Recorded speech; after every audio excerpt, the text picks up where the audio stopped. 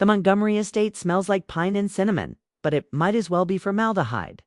I stand in the center of the living room, my fingers gripping a cream-colored gift box wrapped in silk ribbon, and I can't stop staring at what's inside. A lifetime VIP membership to Last Chance Love. An app explicitly marketed to desperate singles over 30, and beneath it, a hardcover book with raised gold lettering. How to Find Happiness When You Die Alone. A tea. The fire roars in the marble fireplace behind me. Outside the French windows, snow falls in thick, silent sheets, blanketing the manicured grounds. But inside this room, the cold has nothing to do with December weather. Bella giggles. The sound is high and sharp, echoing off the vaulted ceiling like breaking glass. I saw it on TikTok. My sister says, her voice dripping with false sweetness. The reviews were amazing. 5 stars for women who've given up on traditional dating. I don't look up. I keep staring at that horrible pink app card. At the cartoon illustration of a wilting flower that's supposed to represent women like me. Women who've supposedly expired. Take it, dear. My mother's voice cuts through the room. Trinity Montgomery sits perched on the ivory settee. Her posture so rigid she could be carved from the same marble as the fireplace. Bella's just worried about your future. Don't let your ego turn you into a spinster forever. My father says nothing. Richard Montgomery stands near the bar cart, swirling bourbon in a crystal tumbler. Studying the amber liquid like it holds answers he's not interested in sharing with me. His business partner, Harrison Sterling, shifts uncomfortably in the leather armchair beside him. Preston Sterling, Bella's fiance, examines his phone with sudden, tense focus. I close the box. Slowly, my hands don't shake, though something inside my chest feels like it's cracking open. 8 months. It's been 8 months since I sent those invitations. Since I spent 3 evenings at my dining table in Austin selecting the perfect cardstock, tying velvet ribbons by hand. 300-gram weight, the kind that whispers quality when you hold it. Nate had watched me from the doorway, his arms crossed, his expression careful. "Are you sure you don't need to call them?" he'd asked. I'd smoothed another ribbon, my fingers working the silk into a perfect bow. They're my parents. They wouldn't miss this. The memory sits in my throat like a stone. I delayed the ceremony for 30 minutes.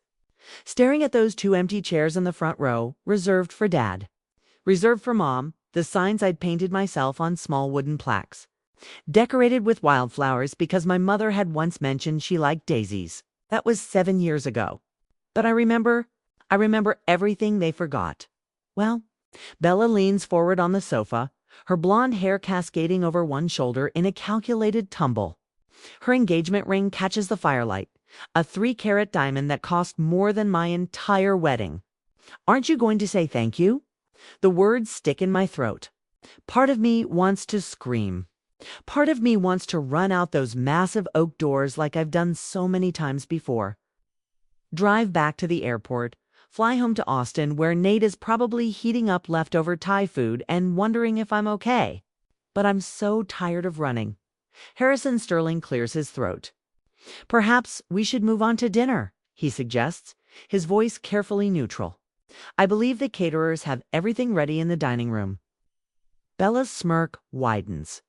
She knows she's won this round. She always does. Except this time, something inside me doesn't break. It snaps. Not my heart, which has been breaking in this house since I was old enough to understand that some children are treasured and others are tolerated. No. What snaps is something harder. The chains I've been dragging around for 29 years. The ones labeled good daughter and second best, and maybe if you try harder. I look up.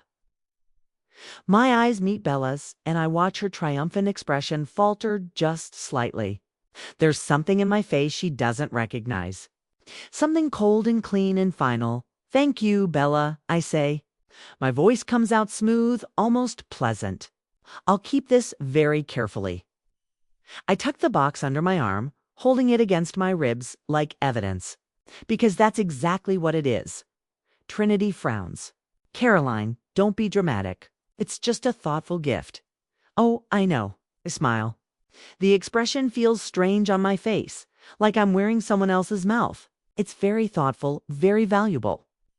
Richard finally looks at me, his gray eyebrows drawing together. Carolyn, it's a warning.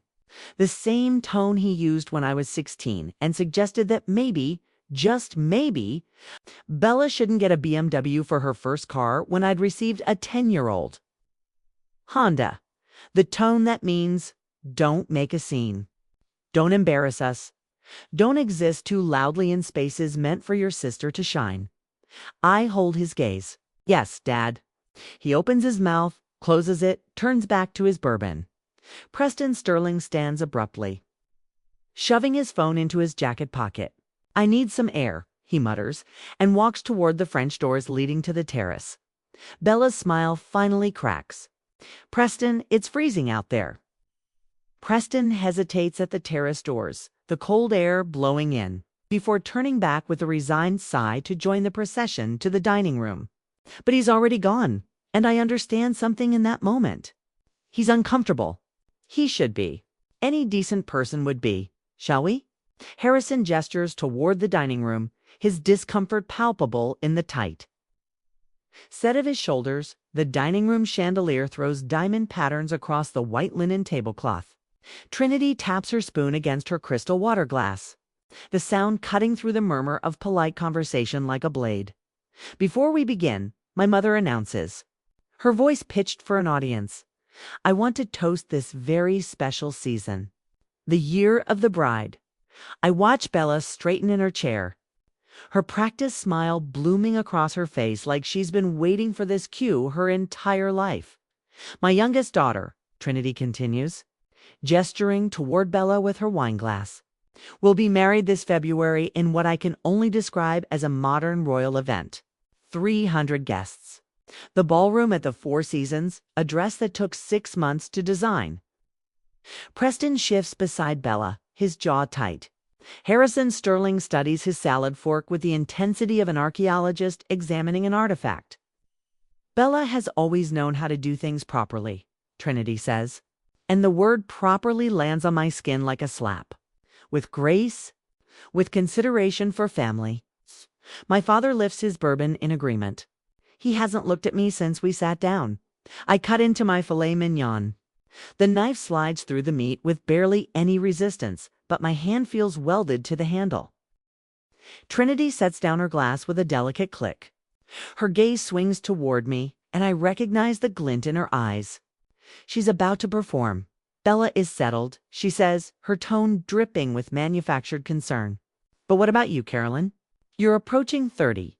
You can't plan to live with plants forever, can you? The table goes quiet. Even the catering staff, refilling water glasses near the sideboard, seem to freeze mid-pour. When is it your turn? Trinity asks. The question hangs in the air like smoke. I feel Preston's eyes flick toward me, then away. Harrison clears his throat but says nothing. Bella leans forward slightly, her expression arranged into something that might pass for sisterly interest if you didn't know her, but I do know her. I see the anticipation in the way her fingers curl around her wine stem.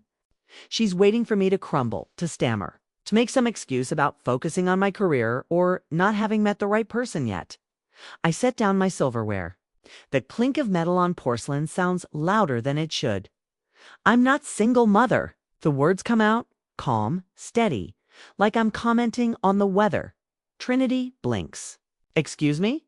I've been married for 8 months. My mother's face goes through 3 distinct expressions in the span of 2 seconds. Confusion, disbelief, rage, liar.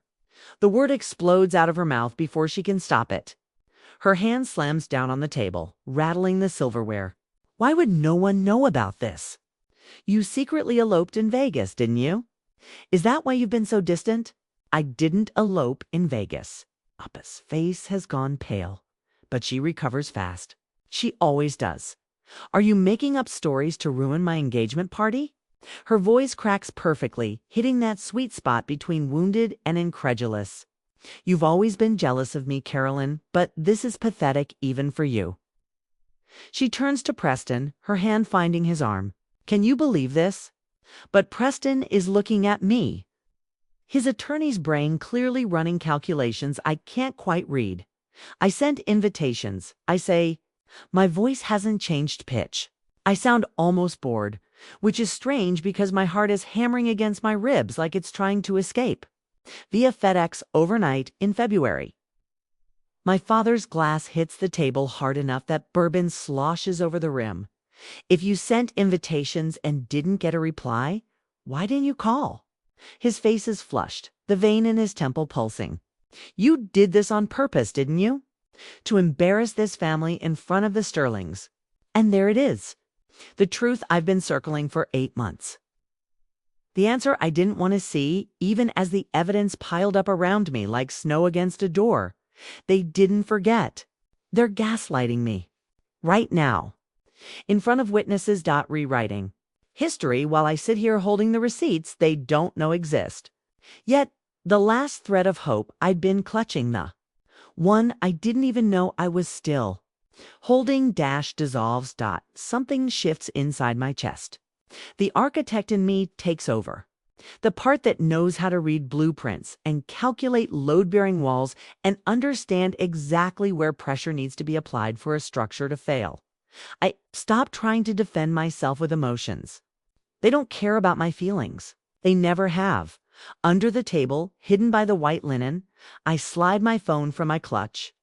My thumb finds the message thread with Nate. I type one word. Now the message shows as delivered. Then read. I put the phone away and pick up my fork again, spearing a piece of asparagus like nothing happened. Carolyn. My mother's voice has that dangerous quality to it now. The one that used to send me running to my childhood bedroom. Stop this nonsense and apologize to your sister. For what? I take a bite of asparagus. It tastes like absolutely nothing. For getting married? For inviting my family to my wedding? Which part needs an apology? Bella's eyes are bright with tears that haven't fallen yet. She's good at this, holding them right on the edge where they catch the light. I can't believe you'd lie about something like this. On Christmas Eve. Christmas Eve. I'm not lying. Then prove it. My father snaps. I meet his eyes across the table. Okay. Harrison Sterling shifts in his seat, clearly wishing he was anywhere else.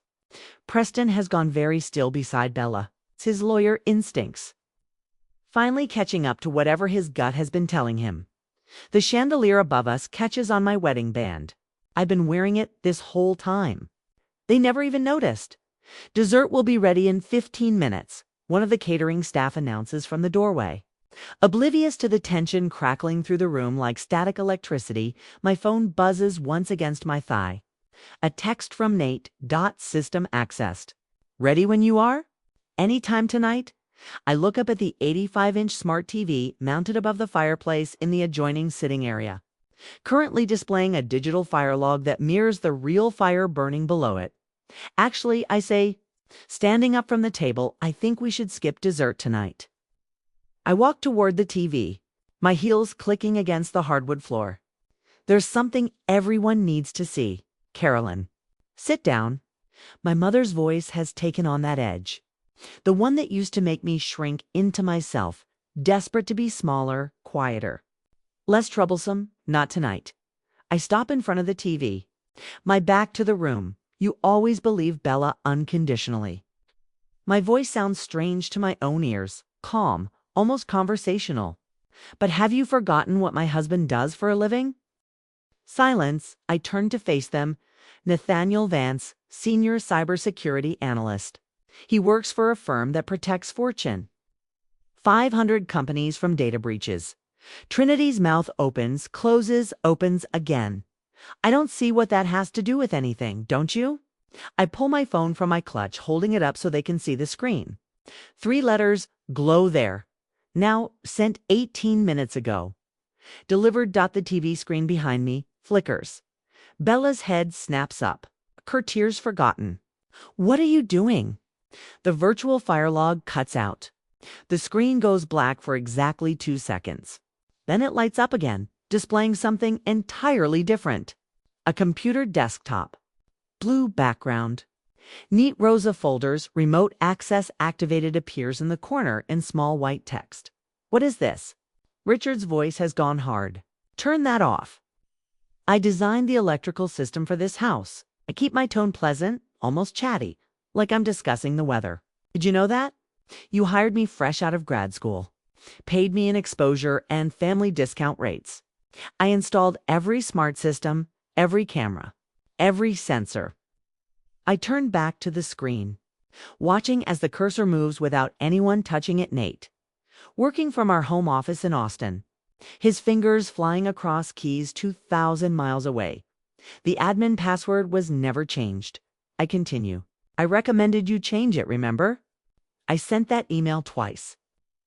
Harrison Sterling leans forward, his expression caught between fascination and horror. Preston has gone very still beside Bella, his lawyer brain clearly working through implications. This is illegal. Bella's voice cracks.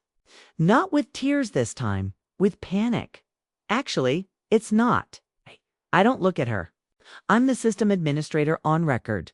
I have full legal access. Nate is simply helping me retrieve my own files. Trinity stands up, her chair scraping against the hardwood. Files? What files? The cursor on the screen moves to a folder. The label makes bellagasp.project.truth when you dismissed my career as playing with plants. I say quietly, you forgot I'm an architect. Architect's plan. We think 3 steps ahead. We build systems designed to last. My father's face has gone red. You had no right to put cameras in our home without telling us. I told you. My voice stays level. I gave you a 40-page manual. You signed off on everything. There's a camera at the front door, one at the side entrance, one covering the driveway, all disclosed, all legal, all recording to a professional NVR system in your wine cellar. What's an NVR system? Trinity's voice sounds smaller now. Network video recorder.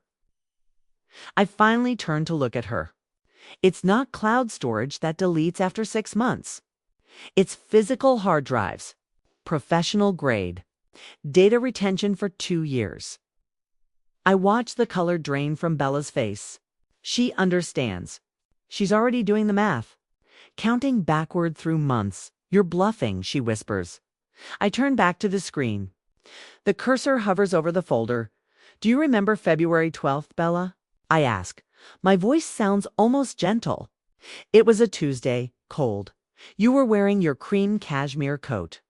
The FedEx driver arrived at 10:15 a.m. Stop it. Kella's voice rises. Mom, make her stop. The package was blue. I continue. Express overnight. 4 velvet boxes inside. Wrapped in ivory ribbon. My wedding invitations. Preston's head turns toward Bella, slowly, like he's seeing her for the first time. Turn it off. Bella screams. Mom, make her turn it off. But Trinity is frozen, her hands still pressed to her throat, her eyes locked on the screen. It's too late anyway. I hit enter on my phone. Nate, receiving the signal. Opens the folder. The first image fills the screen in perfect high definition. A FedEx receipt. Signature line clearly visible. Isabella Montgomery. Signed in her distinctive looping handwriting. Date. February 12th. Time 10:15. The dining room explodes into chaos. But I just stand there, my phone in my hand, watching my sister's carefully constructed world begin to crack.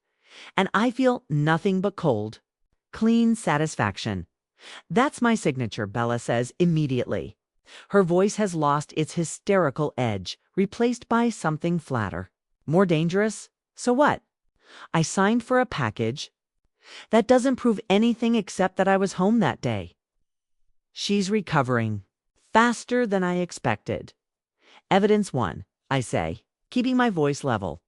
Clinical, like I'm presenting designs to a difficult client. You signed for a package from Carolyn and Nate. Vance on February 12th, 3 weeks after our wedding invitations. Were mailed via FedEx overnight. I don't remember every package I signed for. Bella crosses her arms. We get deliveries constantly. My brand partnerships alone generate dozens of shipments per week. But Trinity sits up straighter. I can see her grasping at this explanation, wrapping her hands around it like a lifeline. That's true. Bella's business requires constant inventory management. She can't be expected to remember one random delivery from 8 months ago. Nate's cursor moves on the screen. The receipt disappears and is replaced by a screenshot of an email inbox. My mother's email inbox. Evidence too, I say. The screen displays Trinity's Gmail account settings. Filters. There's a long list of them. SORTING newsletters and promotional emails into various folders. But one filter sits at the top, marked with a red flag icon. Rule name, wedding block. I read aloud. If subject contains wedding and Caroline, then delete permanently. Skip inbox. Do not archive. The creation date is clearly visible in gray text. February 14th, 2 days after the invitations were delivered. This filter was installed from an IP address that traces back to Bella's device. I continue. Her iPhone specifically. The same device she uses to manage her Instagram account. The silence that follows isn't peaceful. It's the silence of a trap snapping shut. Trinity's face has gone pale. That's not possible. I never authorized anything like that. Of course you didn't. I meet my mother's eyes. Bella has your password. She's had it for years. Remember when she set up your 2-factor authentication last Christmas? She told you it was for security. Preston stands up slowly from his chair. He's staring at Bella like he's seeing her for the first time.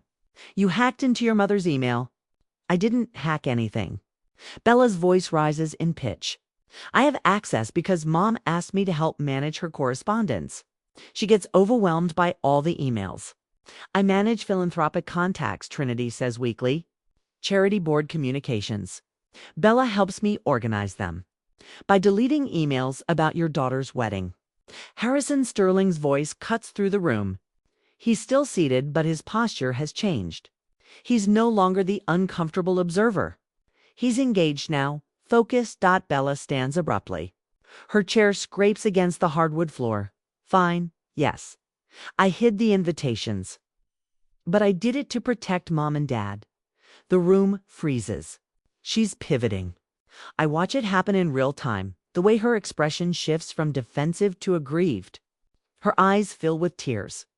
Her voice shakes not with fear, but with righteous indignation. You sent those invitations last minute. She continues, voice trembling.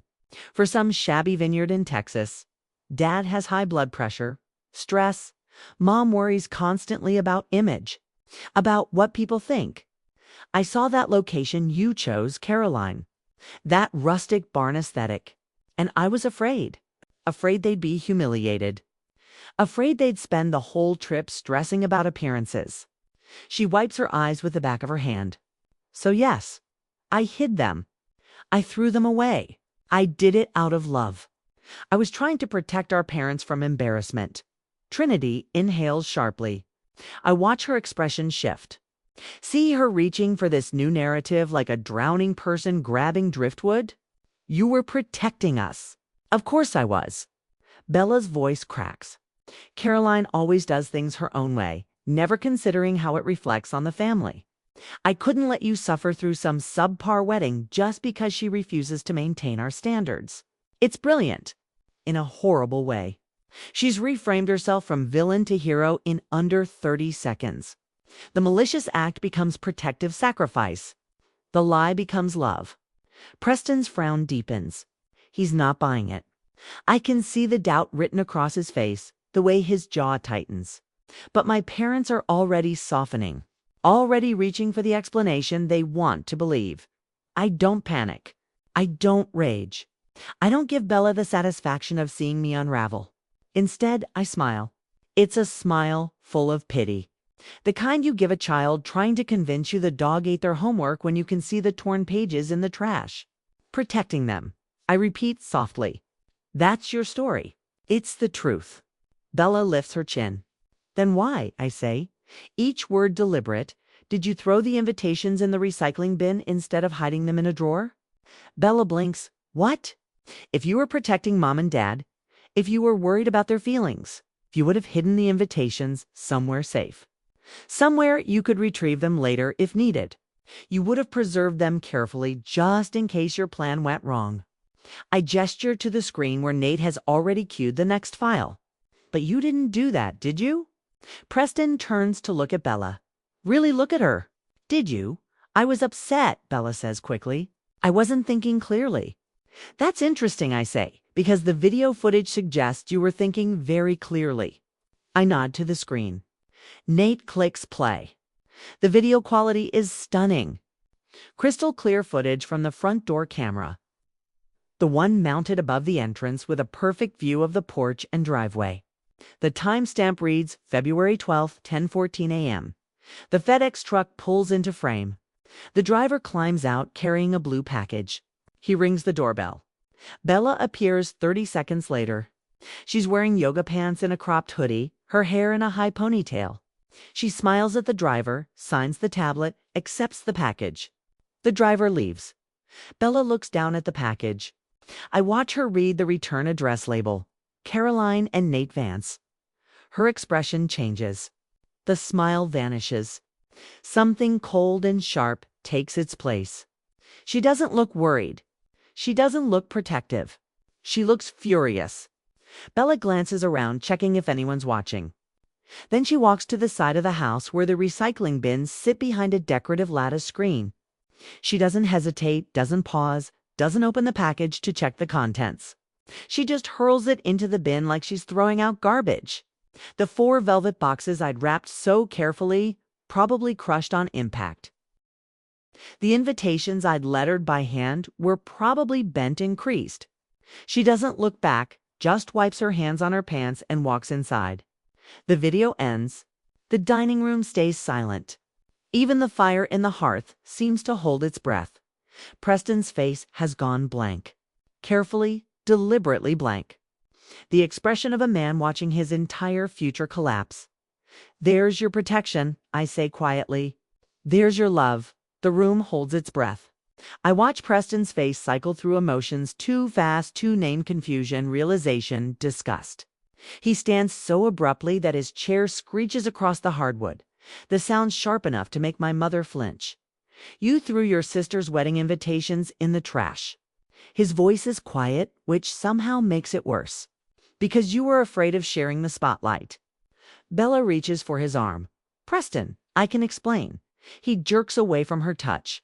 You gave her a book about dying alone when you knew she was married.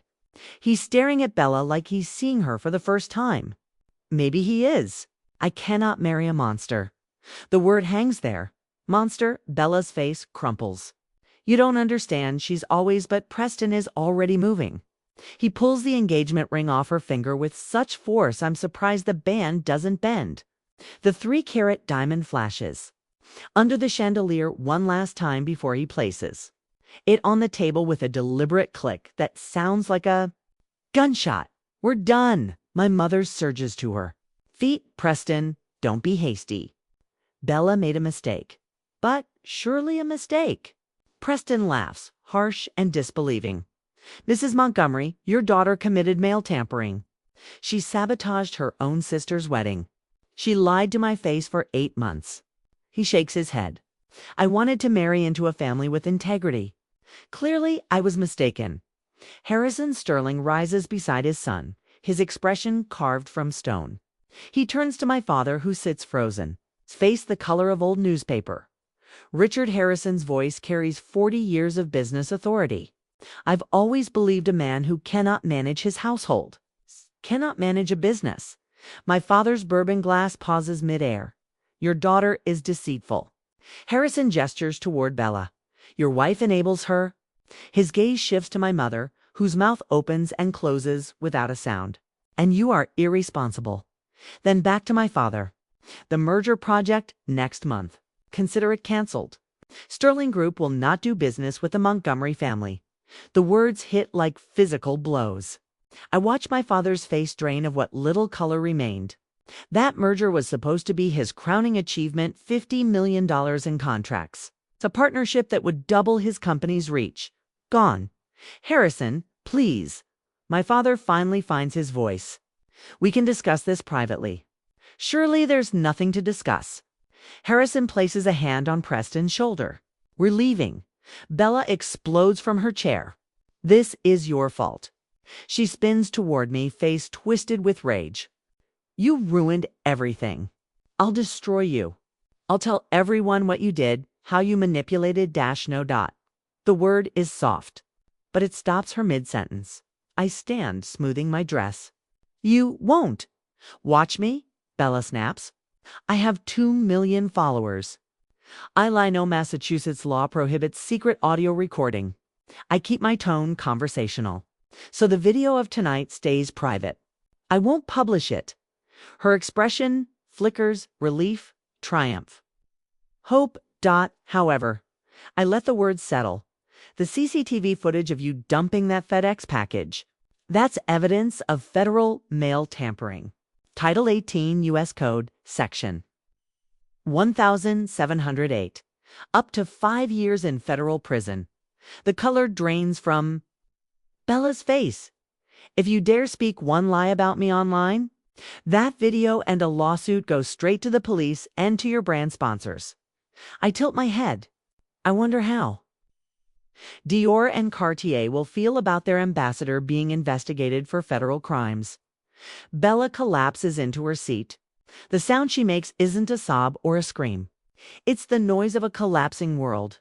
My mother sits, frozen. My father stares at the table as if the answers are etched in the wood grain. I lift the cream-colored gift box, containing the cruel book and that awful app membership. I walk it over to Bella. She flinches, thinking I might strike her. I place the box gently in front of her, next to the engagement ring. Keep it, I say. You need it more than I do. The words taste like freedom. Harrison and Preston are already in the foyer, putting on their coats. As I pass Harrison, he gives me a single nod. Respect, approval, it doesn't matter which. Behind me, my mother's voice is thin and desperate. Carolyn, wait. We can fix this. We can, but I'm already walking through the foyer. Past the marble staircase where Bella and I posed for Christmas pictures. Through the massive oak doors that close behind me with a final, definitive thud. The December air hits my face like cold water. Clean, sharp. Real. My Uber waits at the bottom of the circular drive. I climb in. The driver looks at me in the mirror. Logan Airport, I say. As we pull away, I glance back at the Montgomery estate. Every window glows with warm light, but from here it looks hollow. A beautiful shell with nothing alive inside. I call Nate. His face fills my screen. Messy hair, worried eyes. Is it done? He asks. It's done. Mom's heating up soup for you, he says. His smile is warm, everything that house wasn't. Let's go home. Home. Not where I was born, but where I am loved. Yeah, I say softly. Let's go home. 3 days later, I'm unpacking groceries in our Austin kitchen when a FedEx truck pulls up. The driver leaves a flat box on the porch. I know what it is before I open it. I can smell the desperation through the cardboard. Inside, a check. $50,000, written in my father's careful architect's handwriting. And a typed note. I'm sorry. Please stay silent about the contract. I stand there, holding $50,000. And I think about the girl who would have cashed that check.